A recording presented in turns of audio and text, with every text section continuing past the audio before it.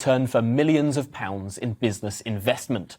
This would mean rogue investors and businessmen from hostile states would no longer be able to buy their way into the country under the premise of investment. According to the Sun newspaper, 12,000 of these so-called golden visas have been dished out to people around the world, including at least 2,500 Russians and their dependents since this scheme began in 2008.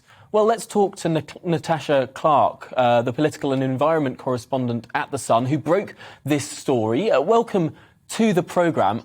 I suppose, first of all, there's considerable political pressure for this government to do something about particularly Russian oligarchs.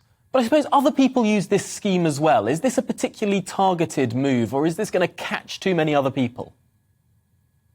Hi there, thanks for having me. Yeah, I think this is a really interesting move from Priti Patel. We understand that she has wanted to make an announcement on this and has been pushing behind the scenes to scrap these tier one investor visas for people to come to the UK in exchange for investing around at least £2 million in the UK.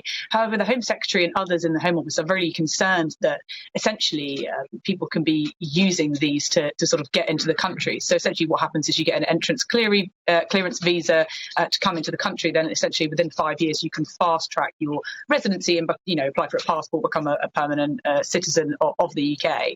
And they're concerned firstly because of the influx of allegedly dirty Russian money being used for this. And obviously the current crisis in Russia and Ukraine has only intensified those discussions about Russian money and its involvement in politics, whether that's donations, whether that's houses, wherever that might be found, and whether there's anything more that the government can do to essentially to make sure that Russian money doesn't come into the country and isn't being used in sort of criminal gangs or any other sort of dodgy activity. It's a difficult tightrope to walk. I mean, other countries have a similar structure. The US in particular, if you invest a lot of cash there, you can sort of get your fast-track visa. Is there not an advantage to attracting international business into this country, business that creates jobs and investment and growth? Are we at risk of throwing the baby out with the bathwater here? Yeah, absolutely. I'm sure that this has been an intense discussion in government, I'm told, and I've told that the Treasury have sort of obviously been resisting this because they obviously don't want to dissuade people from coming to the country legitimately. However, the Home Office argument is essentially there are lots of other ways in which people can come to the country, lots of other visas that they can apply for in terms of trying to get in here to do legitimate business interests. They are really concerned that there are long-standing security concerns about this specific route.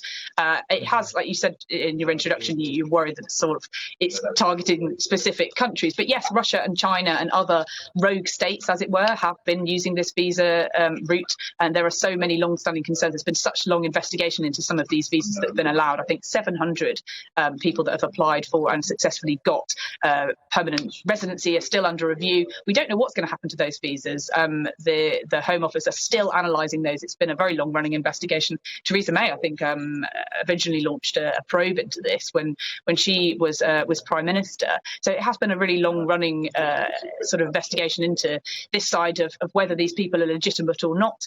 And we're still waiting to see the answer. We hear that Priti Patel may have actually been forced to move the announcement forward now after we've reported this, because they're concerned that people are going to try and skip the deadline by applying for their visas ASAP. I don't really think that's too much of a concern considering how long it takes to get these visas in the first place.